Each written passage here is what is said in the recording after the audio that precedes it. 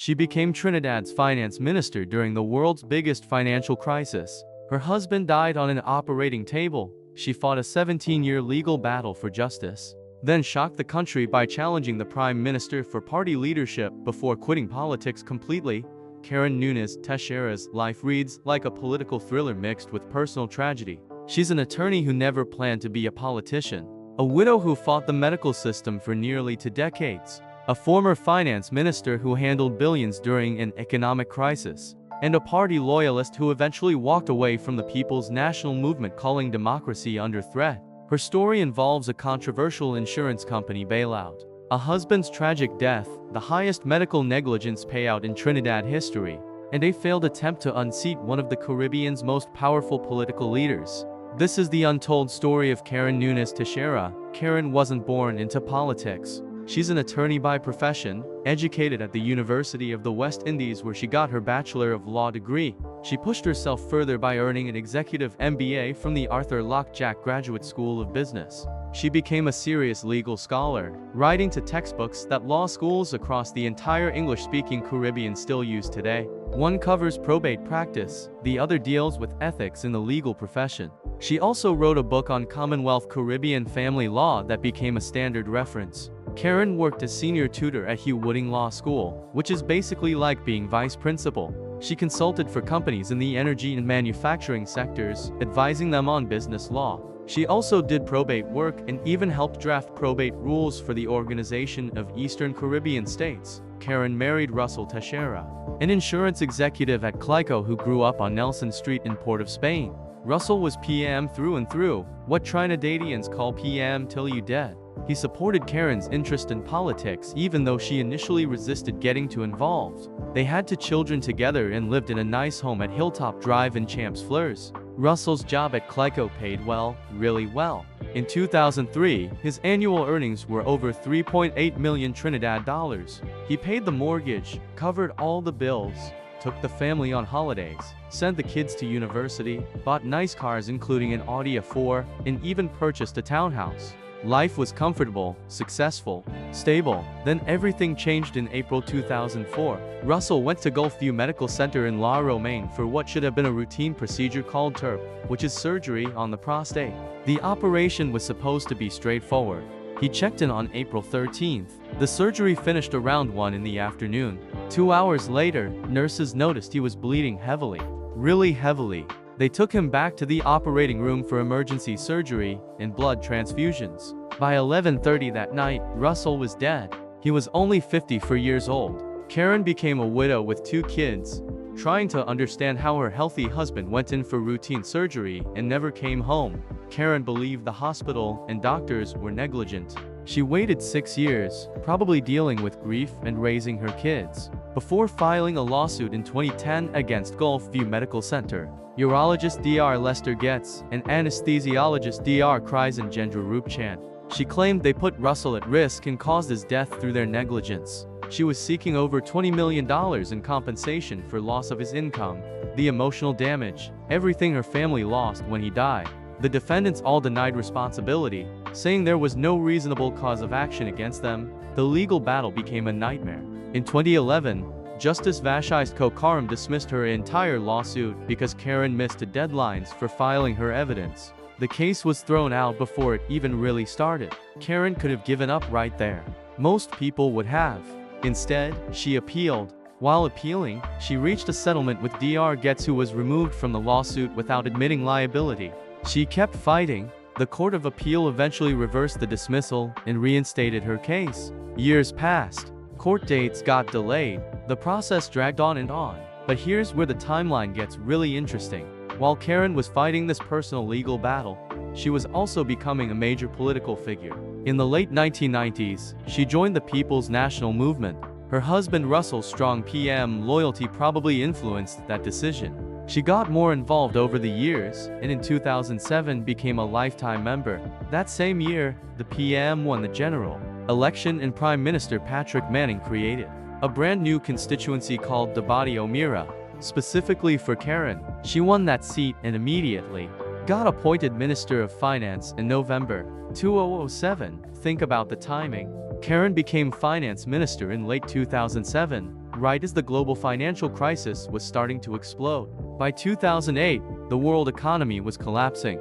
Banks were failing everywhere. Stock markets crashed. Countries went into recession. And Karen, with her legal background but limited finance experience, was suddenly responsible for managing Trinidad and Tobago's entire economy during the worst financial crisis since the Great Depression. Critics questioned why Manning appointed someone without strong financial training to such a crucial position during such a dangerous time. But Karen dove in, handling budgets, making policy decisions, representing Trinidad internationally. Then in January 2009, another massive crisis hit. CL Financial, the parent company of CLICO where Russell had worked, was collapsing. CLICO was huge in Trinidad. It wasn't just another insurance company, it was woven into the country's economy and both political parties. Thousands of people had their life savings invested with CLICO. If it failed completely, the economic damage would be catastrophic. The government had to decide whether to bail out CL Financial or let it collapse. This is where things get controversial and messy.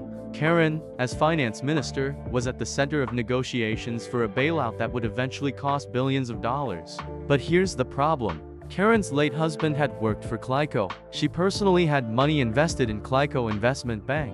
In December 2008, just weeks before the government announced the bailout, Karen withdrew her money from CLICO Investment Bank, breaking a fixed deposit to get her funds out. When this came out later, people went crazy. The optics were terrible. The finance minister, who was about to use public money to bail out CLICO, pulled her own money out first. Critics accused her of insider trading, of protecting herself while letting regular people suffer, of conflict of interest. Karen defended herself emotionally, saying she withdrew her money because she didn't like how CLICO treated Russell before he died. She said CLICO had mistreated her husband right up until his death, and she wanted nothing to do with them anymore. She insisted her decision was personal, not based on insider information about the coming financial collapse. The bailout went through anyway. The government loaned huge sums of public money to CL Financial, with terms that critics said were too generous to the wealthy shareholders, including Lawrence Dupree. Mariano Brown, who was minister in the Ministry of Finance at the time, later revealed he wasn't even included in key negotiations. He said the bailout was always between Karen, the central bank governor, and CL Financial. Brown publicly stated he disagreed with how the bailout was structured, saying Karen was wrong then and wrong now. He pointed out he had more money in CLICO than Karen, but stood his ground with integrity. As a cabinet member, Karen's tenure as finance minister lasted until 2010, when the PM lost the general election to Kamla Persad Bissessar in the UNC-led People's Partnership. Karen lost her Debati Omira seat. She was out of government, out of parliament, back to private life. She went back to academia, becoming a senior lecturer at the Faculty of Law at Cave Hill campus in Barbados from 2010 to 2014. She continued her law practice, and she kept fighting her medical negligence case. In December 2014, after years of delays and appeals, Karen's case finally went to trial. It lasted a week. The hospital in Dr. Rupchan made a strategic decision not to present their own evidence, instead trying to discredit Karen's expert witnesses through cross-examination. That strategy backfired badly. In March 2015, Justice Kokaram ruled in Karen's favor. He found both Gulfview Medical Center and Dr. Rupchan negligent in Russell's death. He awarded Karen $18,035,772.33 in compensation. It was possibly the highest medical negligence payout in Trinidad and Tobago history. Karen cried in court. Her two children, now adults, comforted her as the judge read his 91-page judgment. Speaking afterwards, Karen said there was just a sense of relief that this finally came to an end. She acknowledged there might be appeals, but said it was still a happy day and she was going to enjoy it. For Russell, who died at such an early age, and for herself and her children, there was a sense of vindication, but the hospital and doctor weren't done. They immediately appealed. The case went to the Court of Appeal, which upheld the judgment in 2017. Still not satisfied, Gulfview and Dr. Rupchan took it all the way to the Privy Council in London, which is Trinidad's highest court. In October 2022, 5 law lords dismissed all 7 grounds of appeal. The Privy Council said there were no grounds to overturn the findings about Russell's death. After 17 years of legal warfare, Karen finally won completely. she would receive the 18 million plus interest accumulated during all the years of appeals, making the final payout even larger. But by 2022, Karen wasn't done with Trinidad politics. She had stayed loosely connected to the PM over the years, making media appearances, writing articles about the country's socio-economic situation. In late 2022, she shocked everyone by announcing she would challenge Keith Rowley for leadership of the PM in the party's internal elections scheduled for December 4th. Rowley had been PM leader since 2010 and Prime Minister since 2015. Winning elections in 2015 and 2020, he was powerful, entrenched, seemingly untouchable. Karen said she was approached seriously by people within the party, not just casual suggestions, but real commitment in a plan moving forward. She said although she had deliberately kept a low profile for years, her loyalty to the PM remained strong. But she had lost confidence in Rowley. She believed Trinidad was heading toward hopelessness under his leadership. She acknowledged that some cabinet ministers probably agreed Rowley shouldn't be there, but wouldn't come out and support her publicly because they didn't want to lose their jobs. She understood that reality but decided to run anyway. Karen positioned herself as offering a different kind of leadership. She talked about democracy being under threat. She criticized government blunders that she said warranted immediate removal of certain ministers, but they continued functioning with impunity. She mentioned controversial incidents like the Brent Thomas matter where a man was essentially abducted from Barbados and brought back to Trinidad without proper extradition procedures. She questioned the Attorney General's conduct in the Piarco Airport inquiry. She pointed to crime and socio-economic inequalities getting worse under Rowley's administration. The PM internal election happened on December 4, 2022. Rowley crushed her. The exact vote totals weren't widely publicized, but Karen lost badly. Rowley remained leader. Karen's challenge failed completely. For the next several months, she stayed in the party, but clearly unhappy. Then in August 2023, Karen resigned from the PM with immediate effect. She wrote to PM General Secretary Foster Cummings informing him of her decision and sent emails to media houses making it public. In her resignation statement, Karen said she had been thinking about it for some time. She said, "When you take your oath without fear or favor, it's not for the party but for the country." She claimed Trinidad's democracy under Rowley's PM administration was under threat. She referenced Finance Minister Keith statement, "We ain't riot yet," as representing the dangerous direction of the country. She said under Rowley's leadership, crime and socio-economic inequalities had come to the fore again, and she believed the administration facilitated the current situation. She stated firmly that the PM under Rowley should not get another term in government. Karen's resignation was huge news. A former finance minister, a lifetime PM member since 2007, someone who had been in the party since the late 1990s, walking away and publicly attacking the Prime Minister and party leader. She became one of the most prominent PM defectors in recent history. Her departure damaged the party's image and gave ammunition to opposition critics who said the PM was falling apart internally. Today, in December 2025, Karen Nunez-Tesheira is out of politics completely. She's a university lecturer, a published author of legal textbooks, a practicing attorney. She got her justice for Russell's death after 17 years and received one of the largest medical negligence payouts in Trinidad history. She served as finance minister during one of the most challenging economic periods in modern history. She challenged a sitting prime minister and lost. She quit her party over principles. Her time as finance minister remains controversial. The CLICO bailout still generates debate about whether it was necessary or corrupt, whether Karen acted properly or used her position for personal advantage.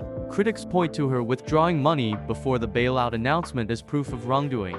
Supporters say she had personal reasons unrelated to finance to cut ties with CLICO. The Integrity Commission investigated her. No criminal charges ever resulted, but questions remain. Karen's legal victory over Russell's death showed her determination and resilience. 17 years is a long time to fight. Most people would have given up after the case got dismissed in 2011. Karen appealed, got it reinstated, went through trial, defended against appeals at multiple levels, and finally won at the Privy Council. That takes incredible strength and resources. The $18 million payout, while it can't bring Russell back, at least provided financial justice for what the family lost. Her political journey shows how complicated power and loyalty can be.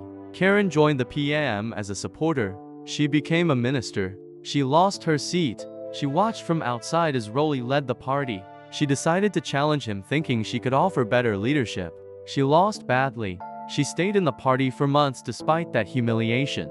Then she quit, burning bridges publicly. That whole arc from loyal member to internal challenger to public defector took over 20 years. Karen represents something we see in politics everywhere. People join parties believing in ideals. They get power and make compromises. They face crises and make decisions that get questioned forever. They experience personal tragedies while handling public responsibilities. They eventually get disillusioned watching leaders they once supported. They try to change things from inside. When that fails, some stay quiet and some walk away loudly. Karen chose the loud exit. The energy sector wealth mentioned in some discussions about Karen relates more to her consulting work for energy companies before politics and to Russell's position at CLICO, which was heavily involved in energy sector investments. Karen herself worked as a business law consultant for energy and manufacturing companies. Trinidad's economy runs on oil and gas, so anyone successful in business or finance there has connections to the energy sector. But Karen's wealth, such as it is, comes primarily from her legal career, her university lecturer salary, her consulting work, the settlement from Russell's employer after his death, and the $18 million court victory. Karen Nunez-Tesheira's story isn't over yet. She's only in her 60s, still active as a lecturer and attorney. She could return to politics with a different party. She could write a tell-all memoir about her time as finance minister in the CLICO bailout. She could continue building her legal career and academic reputation, or she could stay out of the spotlight completely, focusing on teaching and practicing law. Whatever she chooses, her legacy is already written. She's the finance minister who managed Trinidad through the global financial crisis. She's the widow who fought 17 years for justice and won. She's the party loyalist who challenged her leader and lost.